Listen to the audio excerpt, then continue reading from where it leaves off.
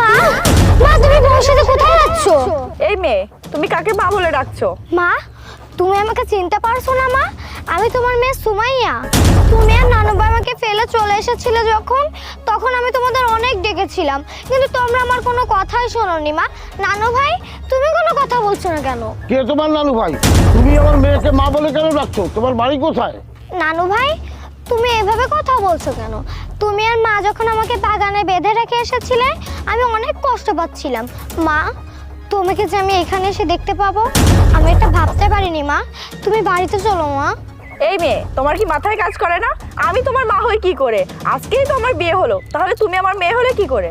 আচ্ছা আপনারা থামুন তো, বিষয়টা আমি দেখছি। আচ্ছা বাবু, তোমার মা কি তার মতো দেখতে? আমার মায়ের মতো দেখতে হবে কেন? তিনিই তো আমার মা।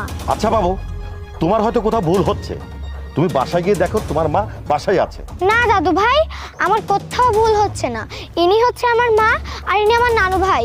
ফের কথা বলে কিন্তু লাঠি দিয়ে ফেলে দেবো। পাগলামি করার জায়গা পাস না, যা এখান থেকে। ছোট্ট একটা বাচ্চা এসে উল্টাপাল্টা কথা বলছে, আর তার সঙ্গে আমরাও সময় দিচ্ছি, তার মানে ওর সঙ্গে সঙ্গে আমরাও পাগল হয়ে গেছি। বাবা চলো তো, তুমি আমাদের এগিয়ে দিয়ে আসবে। চল মা। মা, মা, মা তুমি আমাকে ফেলে যেও না মা। তুমি বাবাকে রেখে অন্য একটা পুরুষকে কেন বিয়ে করলে মা? এই, যত বড় মুখ নয় তত বড় কথা। মা, তুমি আমাকে মারতে মারতে মেরে ফেলো মা, তবু আমি তোমাকে ছেড়ে কোথাও যাবো না মা। এই, কে কোথায় আছিস? একে ধর তো। কোথায় একটা আপদ এসে জুড়ে চাষকে শুভ দিনে। বেআই, চলুন। মা, তুমি আমাকে রেখে যেও না মা, তোমাকে ছাড়া আমি বাঁচবো না মা। তুমি আমাকে রেখে যেও না মা। মা, তুমি আমাকে রেখে যেও না। মা, ও কি হয়েছে মা? তুই এখানে বসে ভেবে কান্না করছিস কেন? কে মেরেছে তোকে? বাবা জানো, নানু ভাই মাকে বিয়ে দিয়ে দিয়েছে। মা একটু আগে গাড়িতে করে নতুন শ্বশুর বাড়ি চলে গিয়েছে বাবা। মা, তুই এসব কি বলছিস? আরে এটা তো তোর নানুর বাড়ি না। নানু ভাই লোকজন জানাজানি হয়ে যাবে এই ভয়ে মাকে এই বাড়িতে এনে বিয়ে দিয়ে দিয়েছে। কিন্তু বাবা, তুমি এখানে কিভাবে এলে? এখান থেকে কেউ একজন ফোন করেছিল যে তোকে চেনে। যাই হোক, সব কথা বাড়িতে গিয়ে বলবো। চল মা, বাড়িতে চল।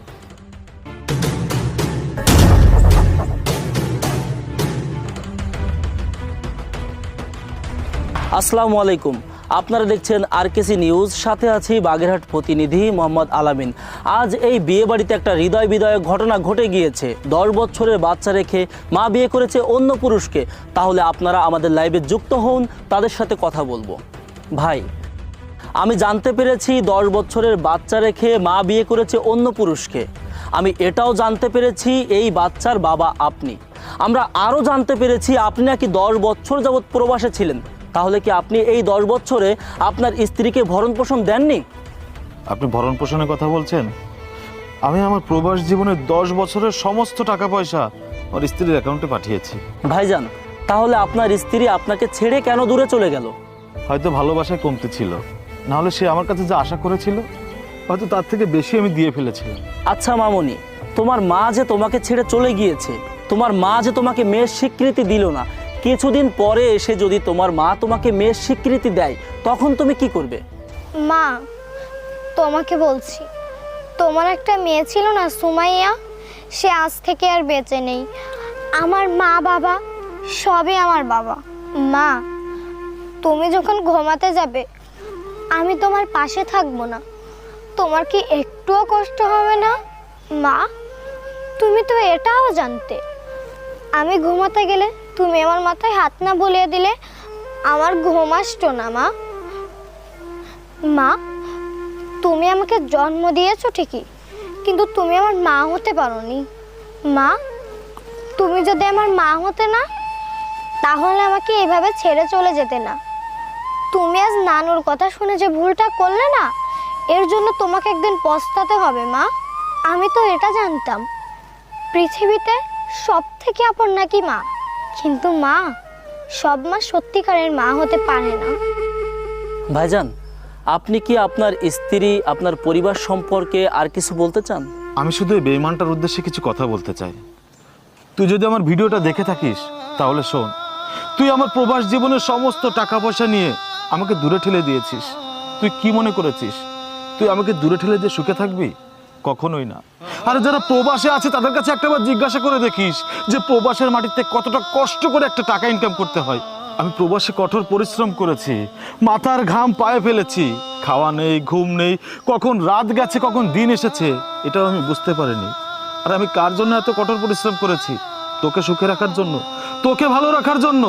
আর সে তুই কিনা আমাকে পথে বসালি। একটা কথা মনে রাখিস, কাউকে ঠকিয়ে কেউ কখনো সুখে থাকতে পারেনি, আর থাকতে পারবেও না। কারণ এটা দুনিয়া, তুই যাকে যত বেশি ঠকাবি তার থেকে তুই বেশি ঠকবি। একটা সময় দেখবি রাস্তায় তোর ভিক্ষা করে চলতে হবে। এই বাচ্চা মেয়েটা জানবে তার মাকে ছাড়া থাকতে তার কতটা কষ্ট হবে। আর আমি তো বাবা, আমি তো ইচ্ছা করলে আমার মেয়েকে ছেড়ে দূরে চলে যেতে পারবো না। তবে আমি সমাজকে দেখিয়ে দিব যে মা ছাড়াও একটা সন্তানকে মানুষ করা যায়। আমার আর কিচ্ছু বলার নেই। আমার এই ভিডিওটা যারা দেখবেন তারা আমার জন্য আর আমার মেয়েটার জন্য দোয়া করবেন।